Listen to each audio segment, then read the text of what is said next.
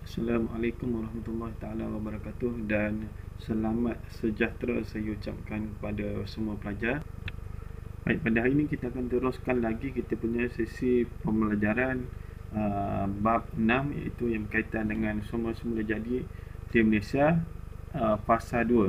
Okey, pada minggu lepas kita berhenti sampai semula-semula jadi boleh baharu air, tapi untuk hari ini kita akan sambung lagi tajuk yang seterusnya di bawah tajuk taburan semua boleh baharu dan semua tidak boleh baharu di Malaysia. Yang kedua iaitu yang berkaitan dengan hutan. Okey, Malaysia kaya dengan pelbagai jenis hutan Okey, dan di sini terdapat 5 jenis hutan. Kalau semua pelajar-pelajar tahu, semua pelajar-pelajar ingat, yang mana kita dah belajar semasa di cikgu dah ajar semasa di tingkatan 1 dah bagi pendedahan, di tingkatan 2 pun dah bagi pendedahan berkaitan dengan hutan. Okey, kita teruskan lagi. Di sini kita nak lihat yang mana jenis-jenis hutan yang terdapat di Malaysia adalah seperti hutan hujan tropika, hutan paya air tawar, hutan paya air masin, hutan pantai dan juga hutan gunung. Okey, di sini kalau kita lihat dari segi pecahan kepada hutan, yang mana seperti mana yang kita sedia maklum, hutan hujan tropika, tanah yang terdapat di kawasan tersebut adalah tanah aluvium dan juga tanah laterit, dan lokasinya lebih tertumpu kepada kawasan tengah semenanjung Malaysia dan juga bahagian pedalaman Sabah dan Sarawak. Manakala dari segi sumber hutan yang terdapat di sini adalah seperti kayu cengal, meranti, merbau, mersawar, jelutong, keruin dan banyak lagi, dan macam-macam lagi. Okey, termasuklah nyatu, buluh, rotan dan sebagainya. Dan di sini antara hidupan haiwan yang ada dekat sini seperti harimau, gajah, tapir, landak, kancil, monyet dan macam-macam lagi. Okey, manakala bagi hutan paya air tawar, tanah yang terdapat di sini adalah tanah jenis gambut dan juga aluvium, dan lokasinya lebih tertumpu di sekitar Tasik Chini, Tasik Berak, Rompin dan juga Pekan di Pahang. Manakala kalau di Selangor di kawasan Sabak Bernam dan juga Tanjung Karang, dan lain-lain lagi seperti di dataran Hilir Perak dan juga sekitar Sungai Lupa dan juga Sungai Rajang di Sarawak. Okey, di sini kita dapat lihat yang mana sumber hutan yang terdapat di kawasan paya air tawar. Paya air tawar kita tahu yang mana keadaan airnya adalah agak orang kata dikategorikan kawasan yang bertakung, yang orang kata kalau kita tengok tu kawasan keadaan airnya adalah gelap dan sangat orang kata menakutkan. Okey, contoh hidupan tumbuhan yang ada di sini adalah seperti pokok mengkuang, nipah, palma, keledai air, putat, palas, keriang, meranti jaya dan juga semayu. Manakala bagi hidupan seperti ikan air tawar lah, macam-macam lah ikan air tawar, katak, ular, biawak, buaya, burung dan juga kera. Okey, itu yang berkaitan dengan hutan paya air tawar. Kemudian kita nak lihat, okey, ini adalah contoh ini kalau kita tengok yang mana semua pelajar tahu, ini merupakan pokok buluh, yang ni adalah pokok mengkuang. Okey, sedikit info di sini adalah yang mana berdasarkan Perlembagaan Persekutuan, pengurusan hutan berada di bawah bidang kuasa kerajaan negeri, dan setiap negeri dipertanggungjawabkan untuk menggubal dasar dan undang-undang perhutanan masing-masing sumber daripada Kementerian Sumber Asli dan juga Alam sekitar 2017. Baik, kita teruskan dengan hutan yang ketiga. Okey, hutan yang ketiga adalah hutan paya air masin. Yang ni dia hutan paya ni tadi dipecahkan kepada dua lah. Yang ni adalah yang kedua, iaitu hutan paya air masin.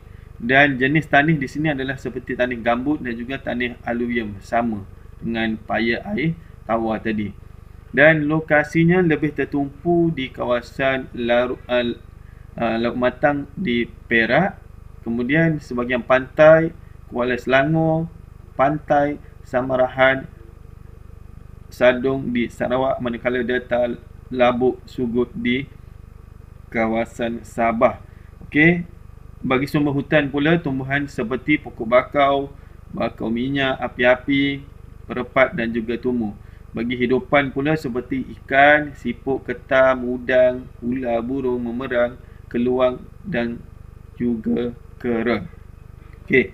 Kemudian di sini kita dapat lihat yang mana hutan yang keempat adalah hutan pantai. Hutan pantai, tanah lebih kepada tanah berpasir. Yang ni saya rasa semua pelajar pernah pergi ke kawasan pantai yang mana keadaan sekitarnya adalah tanah yang berpasir. Lokasinya lebih tertumpu di kawasan pantai Tanjung Ru, Langkawi. Ini semua adalah lokasi-lokasi ini adalah contoh. Banyak lagi tempat-tempat lain yang tak disenaraikan. Okey, pantai Tanjung Ru, Langkawi, Kedah, Pulau Sipadan di Sabah, Pulau Talang, Sarawak, pantai Penarik di Terengganu. Okey, banyak lagi kawasan-kawasan lain yang pelajar boleh senaraikan. Kemudian dari segi sumber hutan, dari segi tumbuhan, pokok ru, tapak kuda, mengkuang laut, berbaru, pokok kelapa dan juga rumput pantai. Dari segi hidupan pula, burung, tupai, ular, ketam, siput dan juga serangga. Okey, untuk hutan gunung, tanah adalah tanah laterit. Okey, lokasi seperti kawasan Gunung Kinabalu Sabah, Pegunungan Iran di Sarawak, Gunung Jerai Kedah, Gunung Tahan di Pahang. Manakala dari segi tumbuhan seperti Rafflesia, okey, bunga yang paling besar sekali di dunia, periuk kera, pokok renek, paku pakis, lumut dan juga kolam pair. Okey. Kemudian dari segi hidupan, haiwan yang ada seperti siamang, ular, burung, serangga, musang dan juga dahan, harimau dahan. Okey, di sini adalah dia punya gambaran yang mana kalau pokok bakar tu kita dapat lihat yang mana akar ni adalah berakar jangkang. Okey, berakar jangkang. Dan di sini semua pelajar tahulah ini adalah merupakan pokok kelapa, yang ni adalah pokok renek di kawasan gunung. Baik, untuk makluman pelajar, semua ini adalah sumber yang boleh baharu ataupun dengan cara kita boleh tanam semula. Okey, demi untuk memastikan semuanya kekal untuk generasi akan datang. Okey, maknanya benda ni adalah benda yang boleh baharu. Kalau berlakunya, contohlah seperti mana yang saya maklum sebelum ni, kalau berlaku kemusnahan, kita boleh tanam semula ataupun kita wartakan kawasan tersebut, jadikan hutan simpan dan sebagainya untuk mengelakkan dia daripada terus pupus untuk generasi akan datang. Okey, kita akan tengok sedikit kita akan tayang video sedikit yang berkaitan dengan sumber hutan di Malaysia. Okey, anda boleh tengok.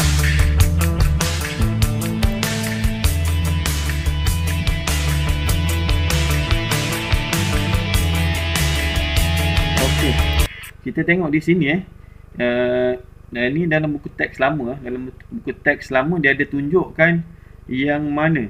Okey, ini adalah kawasan-kawasan hutan yang terdapat di Malaysia. Kalau kita tengok, dia telah dibahagikan kepada warna-warna yang ada di kawasan peta ini. Okey, kalau kita tengok yang berwarna terang ni, hijau terang. Hijau terang ni lebih tertumpu di kawasan tengah-tengah. Di kawasan tengah-tengah hutan hujan tropika, menunjukkan ini adalah kawasan hutan gunung. Biasalah kalau kita sedia maklum yang mana kawasan ni adalah merupakan kawasan banjaran ataupun kawasan berbukit bukau. Dan di sini terletaknya gunung-gunung. Okey. Kemudian yang seterusnya, ini adalah kawasan yang berwarna coklat ni merupakan kawasan hutan paya air tawar. Okey, dia jauh sikit daripada orang kata apa? Aliran air. Okey, dia lebih kepada kawasan yang agak bertakung. Kemudian bagi kawasan hutan paya air masin, kita tengok, okey, hutan paya air masin dia lebih tertumpu di kawasan yang berhampiran dengan kawasan pantai. Okey, kalau kita tengok di sini adalah di muara sungai, tanah ciri-ciri dia tanah berlumpur, berpaya dan sentiasa bertakung. Okey, kemudian yang seterusnya hutan pantai. Okey, hutan pantai kita lihat di sini dia lebih kepada kawasan pantai timur.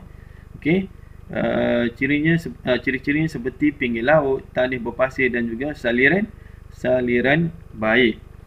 Okey, kemudian hutan gunung yang lain adalah seperti di kawasan tanah tinggi, di kawasan banjaran Croker.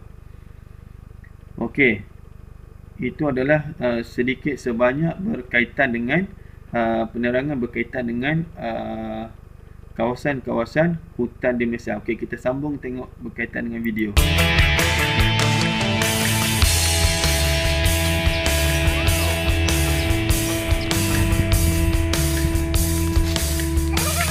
Ini sedikit sebanyak berkaitan dengan ciri-ciri hutan ini ya. Melebihi ketinggian 1000 meter daripada aras laut. Okey, ini adalah contoh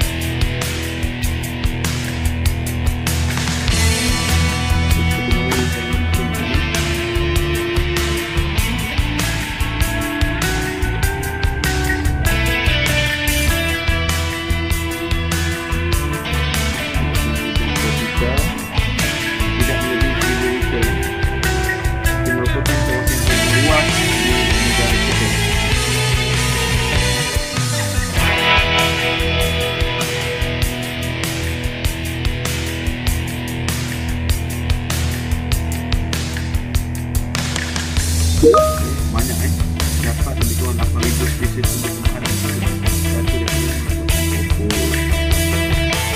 Kebanyakan adalah spesies pokok kayu keras yang bermuka tinggi.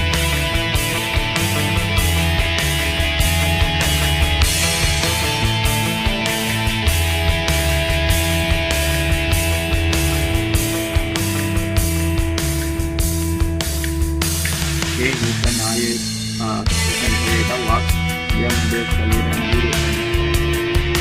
Okey, ini adalah contoh lokasi. Ini program merupakan hutan paya bakau ataupun hutan paya air masin. Sebenarnya saya maksud tadi ni itu berakar jangkang ya. Okey. Okey, akar jangkang ni adalah lebih kepada untuk menahan pokok daripada tumbang, dan selain itu digunakan untuk pernafasan. Okey. Dalam buku teks lama dia nyatakan benda ni Okey. Selain daripada itu dia juga dapat mengelakkan daripada berlakunya masalah hakisan tebing dan sebagainya, dan dia juga merupakan tempat perlindungan bagi hidupan akuatik lah.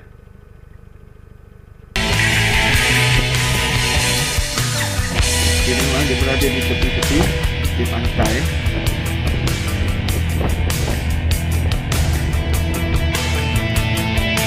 Ini di tepi pantai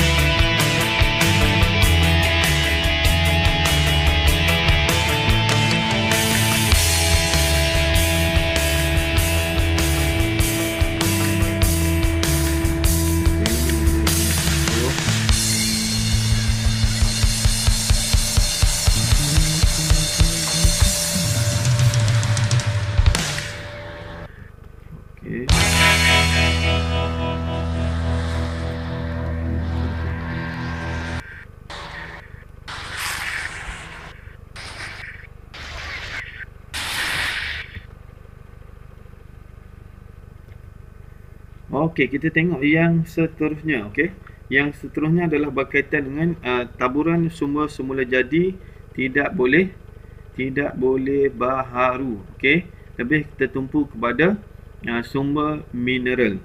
Okey, di sini kita dapat senaraikan terdapat 4 sumber mineral, okey, yang terdapat di sini, dan yang paling banyak sekali adalah yang berkaitan dengan petroleum dan juga gas asli. Dia merupakan antara sumber utama bagi pendapatan negara kita lah. Okey, sedikit info berkaitan dengan ni adalah Jabatan Mineral dan Geosains Malaysia ialah jabatan yang menyediakan perkhidmatan kepakaran dalam bidang mineral, geosains dan pelembungan bagi menggalakkan pelaburan dalam sektor mineral dan juga perancangan pembangunan negara. Okey, kita dapat lihat di sini yang mana okey, kalau lihat kepada peta ni, okey, kawasan bagi petroleum dan juga gas asli lebih tertumpu di kawasan Kelantan, Terengganu dan juga Sabah dan juga Sarawak. Okey, lokasi dia dekat sini seperti mana yang saya maklum tadi. Okey, di luar pesisir pantai Kelantan, Terengganu, Sabah dan juga Sarawak. Okey, manakala kegunaan petroleum lebih kepada untuk menjana tenaga elektrik, okey, bahan api kenderaan seperti petrol dan juga diesel, kemudian industri petrokimia dan juga bahan bakar. Okey, cikgu nak tunjuk sedikit video berkaitan dengan kegunaan petroleum dan juga bagaimana dia dibahagi orang kata apa, diasingkan. Okey, diasingkan dia punya mengikut kategori daripada minyak mentah tadi. Okey, kita saksikan sama-sama. Crude petroleums. Petroleum is a mixture of many organic compounds. Purification of petroleum and separation of its constituents into useful products is called refining of petroleum. The process of refining involves 3 steps. 1. Separation of water. 2. Removal of sulfur compounds. And 3. Fractionalization. Separation of water. Crude oil is a stable mixture of oil and salt water. To separate water, the petroleum is flown between 2 highly charged electrodes. Water drops are fumed and are separated out. Removal of sulfur compounds. The oil, free from water, is treated with copper oxide. The sulfur-containing petroleum reacts with copper oxide to form copper sulfide precipitate. This precipitate is removed by filtration. Fractionation. The crude oil is heated up to 400 degrees Celsius in iron still. All the constituents are evaporated except for the residue called asphalt. The vapor is passed through the fractionalization column. The fractionation column is a tall, cylindrical tower. It contains a number of horizontal stainless steel trays. Each tray is provided with a chimney which is covered by a loose cap. Fractions have 2 high boiling points condense first at the lower trays, and fractions having low boiling points condense at the higher trays. After fractionation, the principal products obtained are uncondensed gas, fuel, petroleum ether, solvent, naphtha, fuel and solvent, kerosene, motor fuel, diesel oil, fuel for diesel engines, heavy oil, lubricating oil, and residue, road tar. Okey, itu adalah kategori-kategori bagaimana pengasingan minyak minyak petrol dan juga gas asli. Okey, sedikit daripada gas asli lah.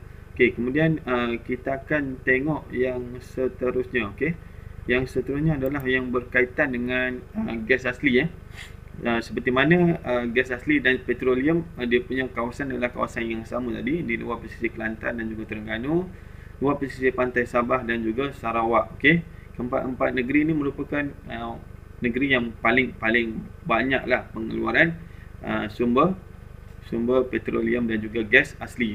Dan kegunaan bagi gas asli adalah bahan api domestik, okey, industri petrokimia dan juga bahan api alternatif untuk kenderaan seperti NGV lah.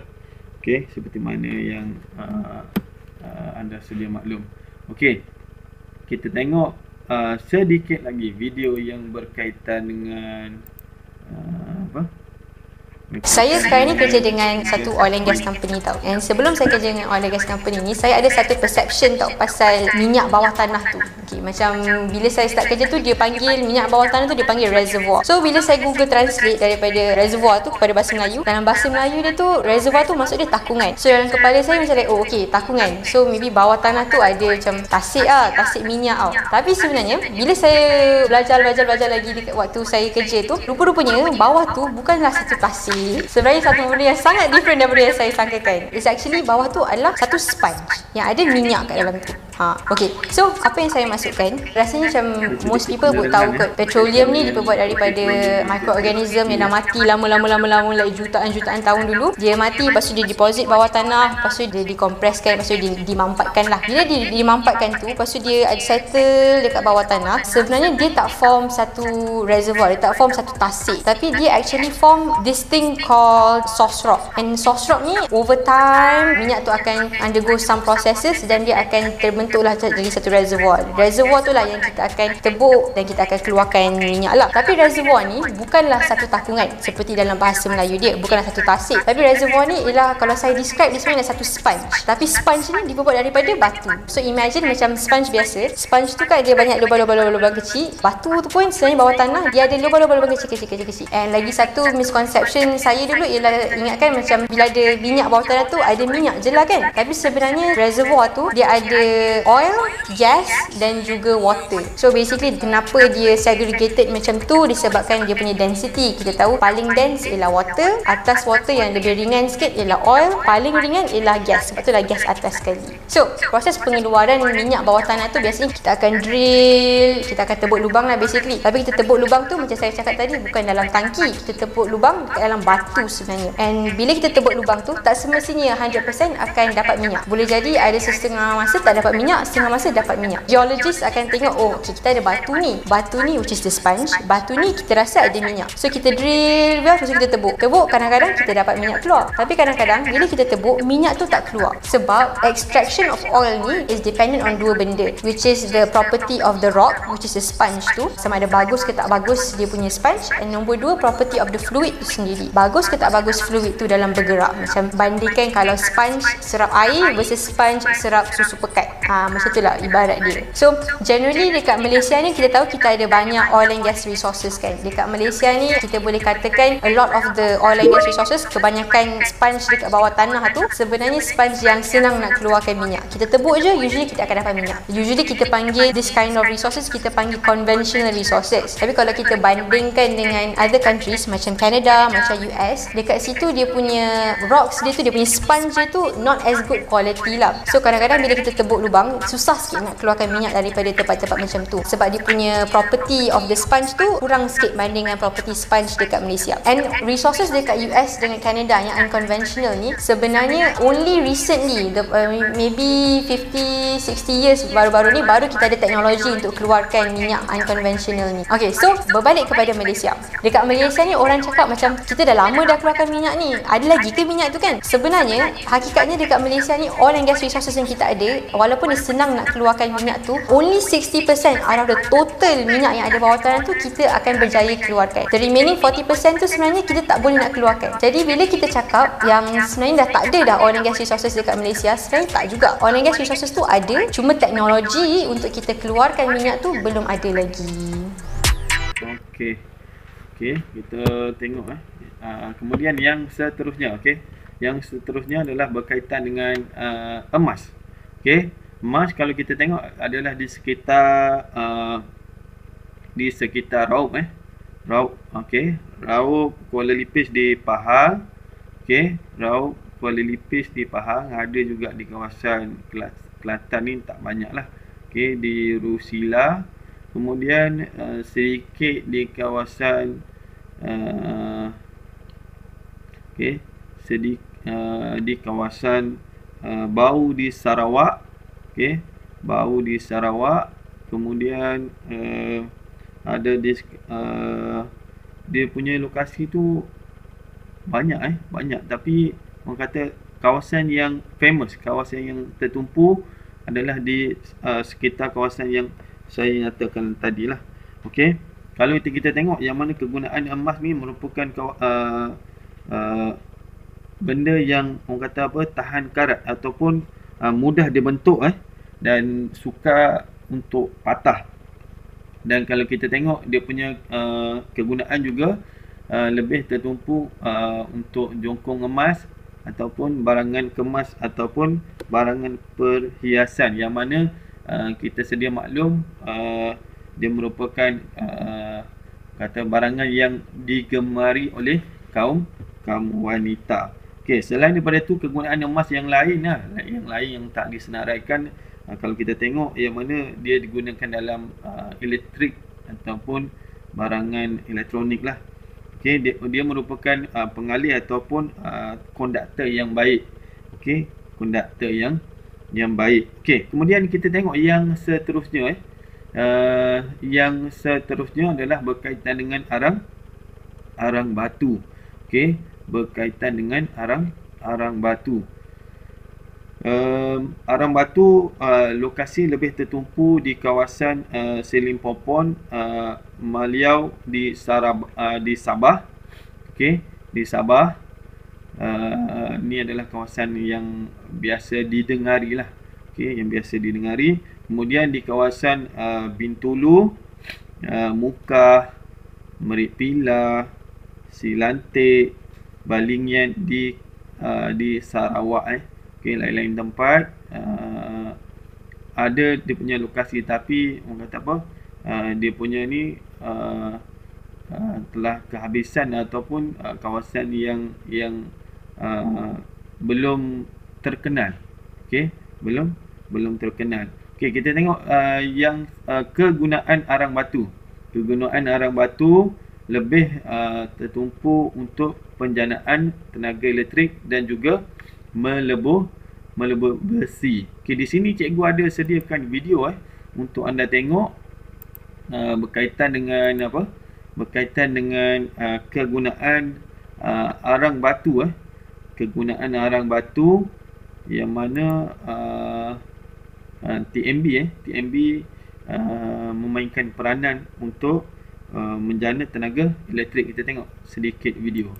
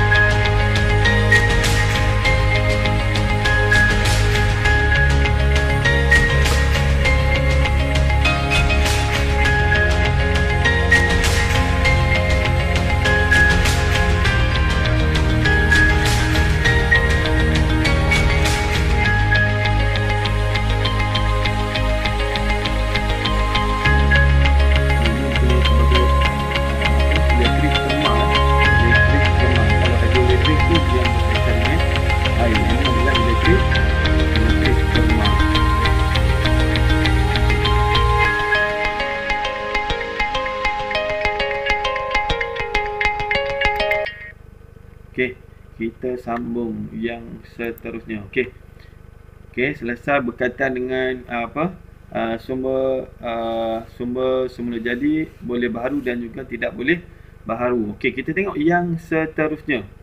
Yang seterusnya adalah yang berkaitan dengan kepentingan sumber semula jadi dalam pembangunan ekonomi di Malaysia. Okey, terdapat 5 kepentingan sumber semula jadi di Malaysia. Yang pertama sekali adalah sumber bahan mentah, yang mana menyediakan bahan mentah dan bahan asas kepada industri hiliran. Okey, seperti mana yang sedia maklum, industri hiliran adalah industri yang berkembang daripada penggunaan bahan mentah yang telah diproses. Contohnya dekat sini adalah yang berkaitan dengan petroleum ni lah. Okey, kalau hutan berkaitan dengan pembalakan lah. Okey, berkaitan dengan pembalakan. Okey, di sini kalau contoh petroleum, dia lebih kepada industri petrokimia. Industri petrokimia ni adalah bahan kimia yang terhasil daripada sumber petroleum dan juga gas asli. Manakala untuk industri pembinaan, okey, sumbernya lebih tertumpu kepada pasir, pasir. Kemudian kayu balak, okey, kayu balak dia lebih kepada industri pembuatan perabot ataupun kata apa, untuk dieksport lah, okey, untuk dieksport keluar negara. Okey, dari segi sumber hutan adalah lebih kepada industri kraft tangan. Okey, kraft tangan. Okey, kita tengok kepentingan yang kedua. Kepentingan yang kedua adalah peluang pekerjaan. Okey, di sini kita tengok yang mana peluang pekerjaan dapat membuka peluang pekerjaan dalam pelbagai sektor. Dalam pelbagai sektor, kalau nak ikutkan dipecahkan kepada 3 lah. Okey, sektor primer, sekunder dan juga tertier.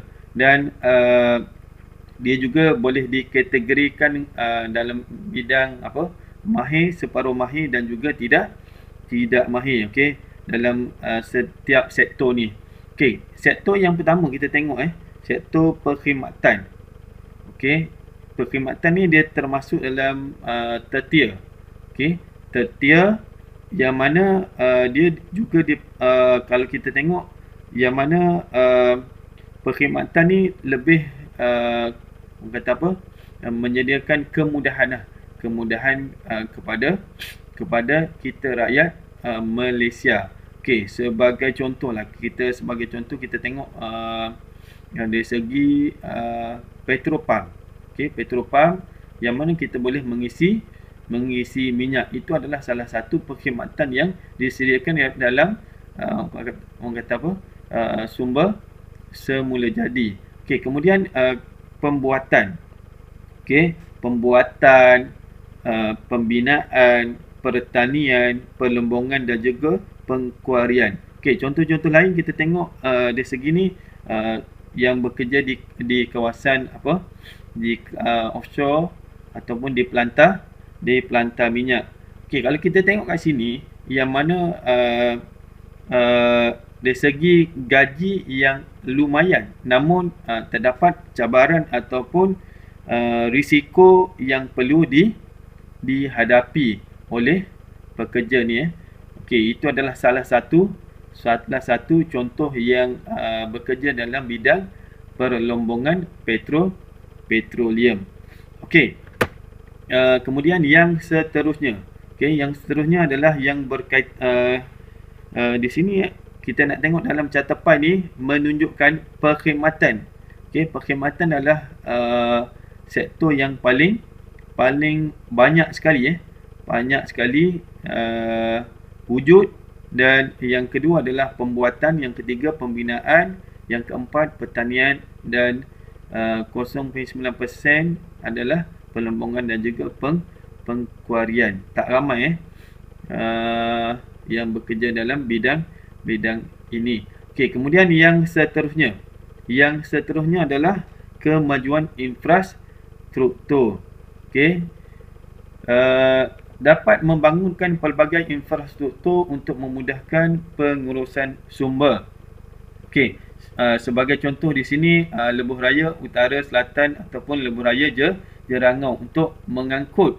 Di sini kalau kita tengok yang mana ada lori-lori tangki minyak. Dengan adanya kemudahan lebuh raya ni, dia dapat dihantar ke seluruh semenanjung Malaysia. Okey, ini adalah sebagai contoh lah.